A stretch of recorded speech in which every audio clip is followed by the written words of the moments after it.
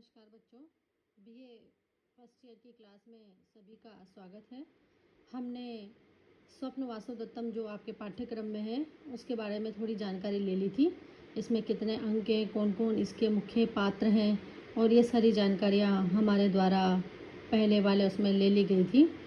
आज हम इसमें आगे बढ़ कर के इसके पहले अंक का प्रारंभ करेंगे। हम जानते हैं कि सभी नाटक या जो भी महाकाव्य वगैरह होते हैं उनमें सबसे पहले कवि द्वारा मंगलाचरण किया जाता है ताकि उनकी जो काव्य रचना है वो बिना किसी परेशानी के निर्विघ्न रूप से समाप्त हो जाए। तो ये इसमें जो काव्य रचना में जो मंगलाचरण भास ने किया है उस मंगलाचरण की एक विशेषता ये है कि उन्होंने इस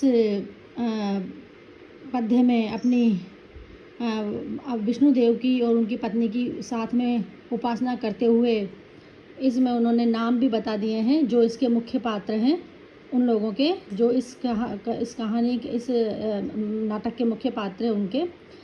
उदयन इंदु सवर्णा वासंत दत्ता बलो बलस्य त्वाम पद्मावती आपूर्णो वसंत क्रमो भुजो पताम। देखो क्या कहते हैं वो कहते हैं कि उदयन अर्थात नवीन चंद्रमा के उदयन, नवीन चंद्रमा के नवोदित चंद्रमा के नए उदय होते हुए चंद्रमा के समान। इंदु यानी चंद्रमा, उदयन यानी उदित होते हुए नवीन चंद्रमा के सवर्णा समान। आसव, वासव की जगह आसव हो जाएगा इसमें। आसव दत्त बलो, अपनी पत्नी को, प्रिय पत्नी रेवती को मद्यपान कराने वाले, पिलाने वाले, उसके कारण सबल कांति वाले। पद्मावती आपूर्ण वसंत क्रमो, सबल कांति से परिपूर्ण, सुंदर कांति से परिपूर्ण। और वसंत क्रमो, वसंत ऋतु के समान सुंदर, क्रमो यानी सुंदर, वसंत ऋतु के समान सुंदर भुजाएं, बलराम की दोनों भुजाएं आप लोगों की रक्षा करे। बलराम की इसमें स्तुति की गई है। बलराम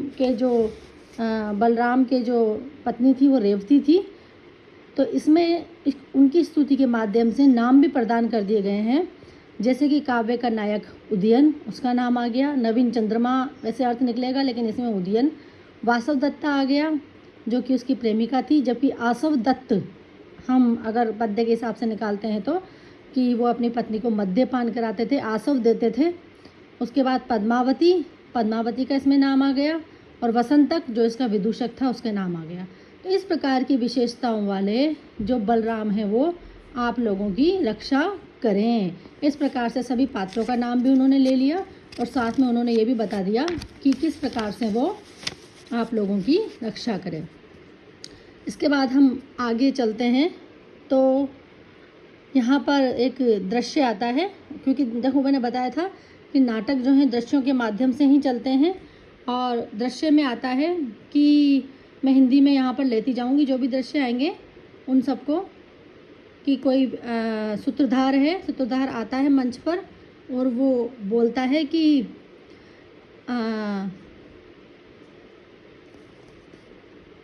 आप लोग यहाँ से हट जाएं, सभी लोग आप लोग यहाँ से हट जाएं। क्यों हट जाएं? क्योंकि उसके पीछे उसका कारण वो बताता है कि भृत्य राजस्य स्निग्धे कन्या अनुगामी भी दृष्ट उत्सार्यते सर्व तपोवनम गता जना।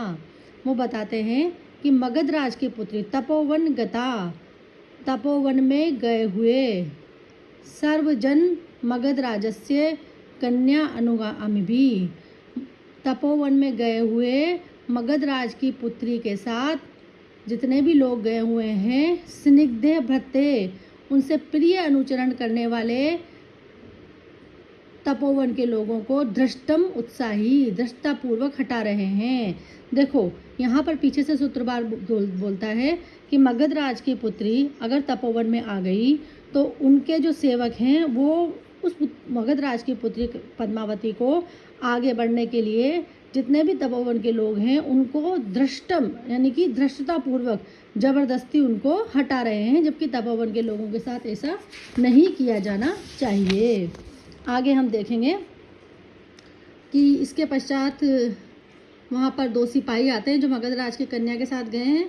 वो कहते हैं हटो लोगों हटो, इस प्रकार की वेश, और सन्यासी के वेश में योगेंद्रहण और एक अवंतिका का पहनावा पहन करके वासवदत्ता वहाँ पे प्रवेश करती है। वासवदत्ता कहता है कि यहाँ पर तो लोग हटाए जा रहे हैं, क्यों हटाए जा रहे हैं वो वासवदत्ता को बताता है। वासवदत्ता जो कि वास्तव में वासवदत्ता के रूप में ना आकर के एक सन्यासी का वेश धारण करके अपने योगेंद्रहण मंत्री के साथ अवंतिका का वेश धारण करके आई है, वो बताते हैं योगेंद्रहण कि क्यों हटाए जा रहे हैं लोग। धीरस्य आश्रम संशीतस्य वसंत तुष्टस्य वंदे फले मान आर्य जनस्य वल्कल वस्त्राशास्त्र समुत्पाद्यते उत्सिक्तो विनेदात पुरुषो भाग्यश्चलिता विस्मिता को अयम भोभ्रतः तपोवनमिदं ग्रामी करोति आज्ञया। क्या कहते हैं वो कि इस आश्रम में निवास करने वाले जो धैर्यशाली लोग हैं, जो कि धैर्य से परिपूर्ण लोग हैं, आश्रम संस्कृतस्य आश्रम में रहने वाले लोग हैं, जो कि वन के फलों से ही संतुष्ट हो जाने वाले हैं, मान आहार से और एकमात्र सम्मान ही चाहते हैं, वल्कल वस्त्र धारण करने वाले ऐसे लोगों को उत्सिक्त विनयाद पेत पुरुषों हो, ऐसे लोगों को हटाया जा रहा है। अरे ये कौन विनयहीन पुरुष है जो कि इस तपोवन को, इस निभृतम तपोवनम, इस शांत तपोवन को अपनी आज्ञा से ग्रामी करोती मतलब गांव कर रहा है।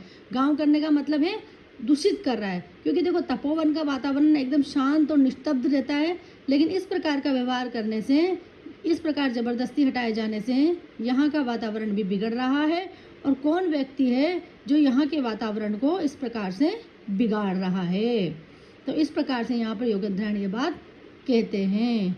इसके बाद आता है इसके बाद वासवदत्ता कहती है कि आर्य ये कौन लोगों को हटा रहे हैं। तो योगेंद्रहण कहता है कि जो अपने धर्म को हटा रहा है वही हटा रहा है। पद्मावती कहती है कि मेरे कहने का ये मतलब नहीं है, मैं कहती हूँ कि मैं इस बात को कहती हूँ कि कौन है जो हटा रहे। योगेंद्रहण कहते हैं देवी बिना पहचाने देवता भी धुतकारे जाते हैं, कि मुझे भी तो हटा रहे हैं, ऐसे कहती है पद्मावती। तो योगेंद्रहण कहता है कि बिना पहचाने, आपको ये लोग पहचानते ही नहीं है इसलिए आपको हटा रहे हैं। पद्मावती कहती है परिश्रम से थकावट नहीं हो रही है जितनी की अपमान से, इस प्रकार का वो बात कहती है। इसके बाद योगेंद्रहण कहते हैं श्रीमती इस विषय को उपभोग को छोड़ दीजिए, आपको ये बात नहीं करनी चाहिए। क्यों नहीं करनी चाहिए वो कहते हैं पूर्वत्वाभिमतं गतमेव आसी छलाग्यम गमिष्यासि पुनर्जीव्येन भ्रतु कालक्रमेण जगतः परिवर्तमाना चक्राक पंक्ति गच्छति भाग्य पंक्ति। वो कहते हैं कि जैसे चक्का चलता है उसी प्रकार से भाग्य की पंक्ति चलती है, कि पहले आप इस राजकीय समारोह में चलना पसंद करती थी, आपको यहाँ पर ले जाया जाता था, आपको सब प्रकार से आपका सम्मान होता था, और पतिदेव की विजय होने पर सर्व प्रशंसित रूप आप फिर से चलेंगी, फिर से आपकी यहाँ प्रशंसा होगी। इस संसार में समय के फेर से बदलती हुई भाग्य दशा पहिए की आरों की भांति ऊपर नीचे होती रहती है। अर्थात जैसे पहिए के आरे कभी ऊपर चलते हैं कभी नीचे चलते हैं, उसी प्रकार आपके भाग्य की दशा भी चलेगी, कभी ऊपर कभी नीचे। आज आपको यहाँ पर छद्म वेश में, अवंतिका के वेश में रहना पड़ रहा है, लेकिन एक समय ऐसा आएगा जब आप पुनः वापस प्रतिष्ठापित हो जाएंगी और फिर से राज सिंहासन पर आप महारानी के रूप में प्रतिष्ठापित रहेंगी। तो आपको इस बात से यहाँ परेशान नहीं होना चाहिए कि मुझे इस प्रकार से यहाँ से हटाया जा रहा है। तो इस प्रकार तक की बात यहाँ पे इसमें कही गई है, आगे का हम कर लेंगे बच्चों।